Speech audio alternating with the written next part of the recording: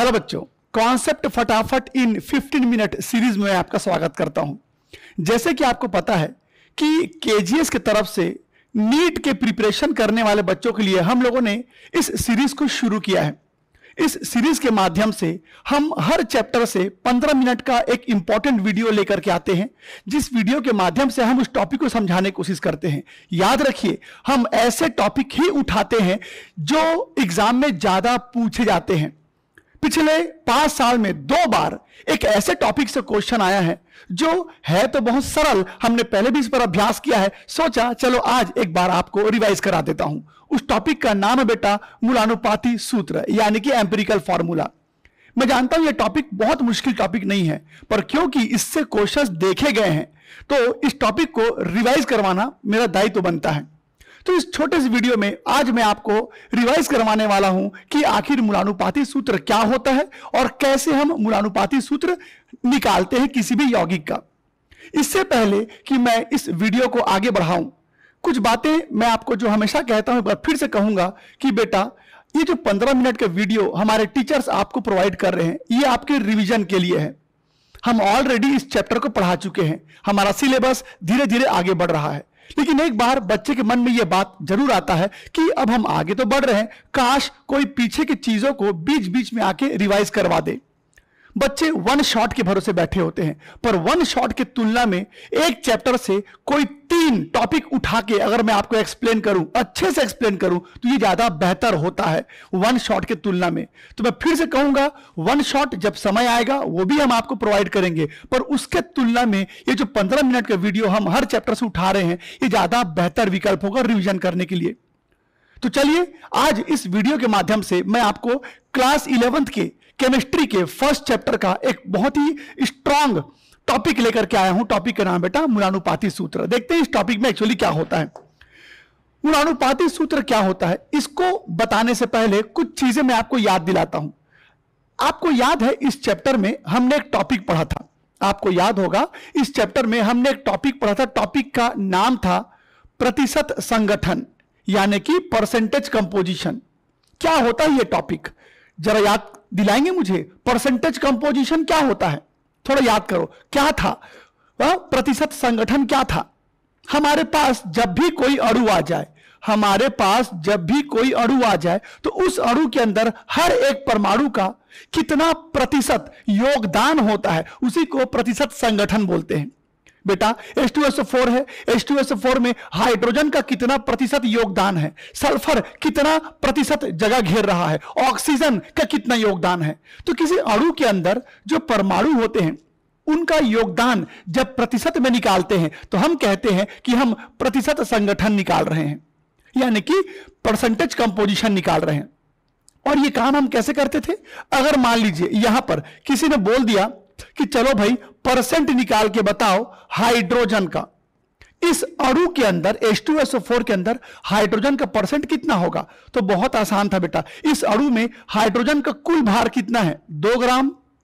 और इस अणु का कुल भार कितना है बेटा? 98। और फिर इसको 100 से गुणा कर देंगे तो आपको इस अणु के अंदर हाइड्रोजन का कितना परसेंट उपस्थित है वो पता चल जाएगा। ठीक उसी तरह से अगर आप परसेंटेज सल्फर का निकालना चाहते हैं तो इस अणु में सल्फर का कितना योगदान है, सल्फर का भार कितना है, तो बेटा सल्फर का भार है 32%। और इस अणु का कुल भार कितना है बेटा? कुल भार है 98, फिर लास्ट में 100 मल्टीप्लाई कर देना तो सल्फर का योगदान आपको पता चल जाएगा। ठीक उसी प्रकार अगर आपको परसेंटेज निकालना है बेटा ऑक्सीजन का, तो यहां पर देखो 4 मोल ऑक्सीजन है और 1 मोल ऑक्सीजन का भार होता है 16 ग्राम, और यहां पर 4 ऑक्सीजन है तो ये हो गया बेटा 64 ग्राम। 98 इंटू 100। तो आप सभी को याद होगा कि किसी भी अणु के अंदर जो परमाणु होते हैं उनका प्रतिशत संगठन बहुत आसानी से हम निकाल सकते हैं। तो ये हमने पहले किया हुआ है। तो अब तक क्या होता था? अब तक क्या होता था, आप लोगों को एक अणु दे दिया जाता था। अब तक आपको एक अणु दिया जाता था, उस अणु के अंदर जो परमाणु होते हैं उनका हम प्रतिशत निकालते थे। अब ये उल्टा होगा। उल्टा होगा मतलब अब आपको परमाणु के प्रतिशत दिए होंगे, अब आपको 3 अलग अलग परमाणुओं के प्रतिशत दिए होंगे। उन प्रतिशत की मात्रा को देख के अब आपको अणु का सूत्र बनाना है, फॉर्मूला बनाना है।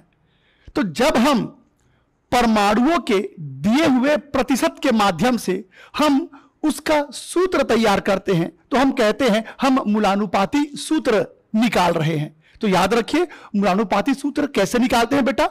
आप लोगों को अलग अलग परमाणुओं का प्रतिशत दिया रहेगा और उस प्रतिशत के माध्यम से हम उस अणु का सूत्र निकालेंगे। लेकिन अब क्वेश्चन ये उठता है कि मूलानुपाती सूत्र होता क्या चीज है? एक बात बताइए, H2SO4 को क्या आप इससे और सरल रूप में लिख सकते हैं? नहीं लिख सकते। H2SO4 को इससे सरल आप नहीं कर सकते, यानी कि यह एक सरलतम सूत्र है। इससे और आसान या सरल या कहना चाहिए बेटा सिंपलेस्ट फॉर्म में आप इसको नहीं लिख सकते। तो जब आपके सामने कोई ऐसा सूत्र आ जाए जिसको और सरल रूप में नहीं लिखा जा सके, उसी को बेटा मूलानुपाती सूत्र बोलते हैं। जैसे इसको देखो, C2H6, इस अणु को अगर मैं सरल रूप में लिखूं तो इसको सरल कर दो बेटा, ये C1H3 हो गया। देख लो, C2H6 को सरल करके मैंने C1H3 कर दिया। अब ये इससे सरल नहीं होगा, तो किसी भी यौगिक का वो सरलतम सूत्र जिसको और सरल नहीं किया जा सकता, उसी को मूलानुपाती सूत्र कहते हैं। H2SO4 को आप इससे और सिंपल नहीं कर सकते। जैसे ये एग्जांपल देखो, C2H4 है, क्या मैं इसको और सरल रूप में लिख सकता हूं? हां लिख सकता हूं बेटा। क्या लिखूंगा? CH2 लिख सकता हूं इसको मैं। लेकिन अब ये इससे और सरल नहीं हो सकता। तो क्या समझ में आया? जब किसी यौगिक का आपके सामने एक ऐसा सूत्र आ जाए जो उस यौगिक का सरलतम सूत्र हो, सिंपलेस्ट फॉर्म हो, और आप उसको उससे और सरल रूप में नहीं लिख सकते, उसको क्या बोलते हैं बेटा? मूलानुपाती सूत्र। तो आज मैं आपको सिखाऊंगा कि जब परमाणुओं का प्रतिशत दिया होता है तो उससे हम कैसे किसी अणु का मूलानुपाती सूत्र ज्ञात करते हैं, यानी कि सरलतम सूत्र याद करते हैं। तो चलिए एक एग्जांपल से आपको समझाता हूं। जैसे कि मैंने बोला कि आपको परसेंट दिया रहेगा, तो चलिए एक एग्जांपल देखते हैं बेटा। चलिए आपके सामने मैं एक एग्जांपल लेके चल रहा हूं। मान लो कि आपके सामने एक प्रश्न आ गया। उस प्रश्न में कार्बन का प्रतिशत दिया है, मान लो बेटा 40.687%। मान लो हाइड्रोजन का प्रतिशत दिया है बेटा 5.085%, और मान लो ऑक्सीजन का परसेंट दिया है बेटा 54.228%। तो यहां पर आप लोगों को मैंने कार्बन, हाइड्रोजन और ऑक्सीजन का परसेंटेज बता दिया, इनका मैंने आपको प्रतिशत बता दिया। अब देखते हैं कि कार्बन, हाइड्रोजन और ऑक्सीजन ये तीनों मिलके कौन सा यौगिक तैयार करेंगे, कैसा फॉर्मूला होगा। तो आखिर ये जो प्रतिशत दिया रहता है, इससे फॉर्मूला हम कैसे पता करते हैं? तो ये आपके सामने एक टेबल बना हुआ है, आपको हर बार ये टेबल बनाना होगा। धीरे धीरे जब अभ्यास करेंगे तो बिना टेबल के भी इसके क्वेश्चंस बनने लगते हैं, पर शुरुआती तौर पर एक टेबल के रूप में इसको हल करेंगे तो ज्यादा आसान होगा। तो बेटा सबसे पहले आपको देखिए यहां पर क्या क्या दिख रहा है। यहां पर दिख रहा है बेटा तत्व, प्रतिशत, परमाणु भार, परमाणुओं का आपेक्षिक संख्या, साधारण अनुपात और पूर्णांक संख्या। पूर्णांक संख्या, अब ये क्या होता है समझते हैं। चलिए, तो आपके पास क्या क्या उपलब्ध है बेटा, पहले देखते हैं तत्व क्या क्या है। तो आपके पास कार्बन है, हाइड्रोजन है और ऑक्सीजन है। इनका प्रतिशत कितना कितना दिया है बेटा? तो कार्बन का प्रतिशत दिया है 40.687%। हाइड्रोजन कितना दिया है बेटा? ये दिया है 5.085%। ऑक्सीजन कितना दिया है बेटा? ये दिया है 54.228%। तो ये इनका प्रतिशत दिया हुआ है। अब आपको क्या करना है, यहां पर परमाणु भार, ये तो आपको पहले से पता है। कार्बन का परमाणु भार जो होता है, कार्बन का परमाणु भार 12 ग्राम होता है, हाइड्रोजन का परमाणु भार 1 ग्राम होता है और ऑक्सीजन का परमाणु भार 16 ग्राम होता है। अब ये इंपॉर्टेंट है, परमाणुओं की आपेक्षिक संख्या। अब ये कैसे निकालते हैं? तो परमाणुओं की आपेक्षिक संख्या का मतलब क्या होता है बेटा? दिए हुए प्रतिशत और परमाणु भार का जो औसत होता है, उसका जो, माफ कीजिए, उसका जो अनुपात होता है, उसको हम बोलते हैं आपेक्षिक संख्या। मैंने क्या बोला बेटा? मैंने बोला कि एक मिनट, मैंने क्या बोला बेटा? मैंने बोला कि प्रतिशत, गौर सुनिए, ये क्या होता है बता रहा हूं। तो प्रतिशत और परमाणु भार, प्रतिशत और परमाणु भार का जो अनुपात होता है, जो रेशियो होता है, उसको हम क्या बोलते हैं बेटा? आपेक्षिक संख्या बोलते हैं। तो चलो एक काम करते हैं, आपको आपेक्षिक संख्या कैसे निकालना है? प्रतिशत डिवाइडेड बाय परमाणु भार, देखते हैं क्या मिलेगा। तो यहां पर बेटा 40.687 को डिवाइड कर दो 12 से, यहां 5.085 को डिवाइड कर दो 1 से, यहां पर बेटा 54.228 को डिवाइड कर दो 16 से। जैसे ही आप इसको डिवाइड करोगे कुछ इस तरह के वैल्यूज मिलेंगे। मैं आपको वैल्यूज यहां पर बता देता हूं ताकि समय बच जाए हमारा। इसको अब डिवाइड करेंगे 3.390 आएगा, ये तो 5.085 ही रहेगा। इसको डिवाइड करोगे बेटा तो ये 3.389 आएगा। तो सबसे पहले आपने क्या किया? आपने प्रतिशत और परमाणु भार को डिवाइड कर दिया। तो ये जो आपको वैल्यू मिले, इन्हीं वैल्यूज को हम आपेक्षिक संख्या बोलते हैं बेटा। इन वैल्यूज को आपेक्षिक संख्या कहा जाता है। अब आपको करना क्या है?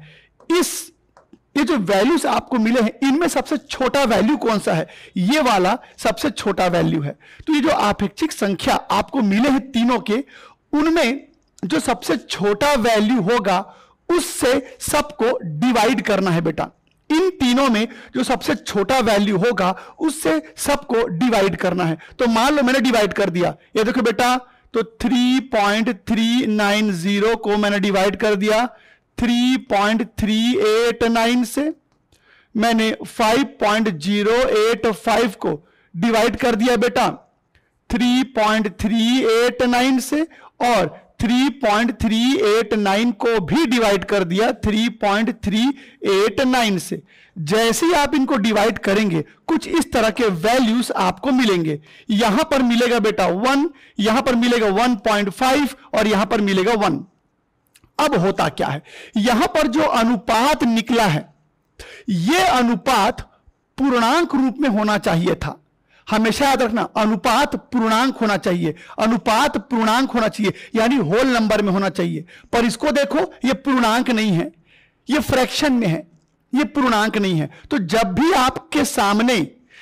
आपके सामने अनुपात पूर्णांक रूप में ना हो, तो इन तीनों वैल्यूज को बेटा, आप इन तीनों वैल्यूज को किसी ऐसे छोटे संख्या से गुणा करो कि ये तीनों पूर्णांक रूप में आ जाए। मैंने कहा अगर तीनों के तीनों पूर्णांक नहीं हुए तो फिर तीनों को कैसे किसी ऐसे छोटे अंक से गुणा करना पड़ेगा कि ये तीनों पूर्णांक रूप में आ जाए। तो मान लो बेटा कि मैंने तीनों को 2 से गुणा कर दिया, मान लो मैंने तीनों को 2 से गुणा कर दिया। जैसे ही मैं 2 से गुणा करता हूं तो ये बताओ ये कितना हो गया? 2 हो गया, ये 3 हो गया और ये 2 होगा। तो क्या समझे बेटा? ये बताओ, कार्बन हो गया 2, हाइड्रोजन हो गया 3 और ऑक्सीजन हो गया बेटा 2।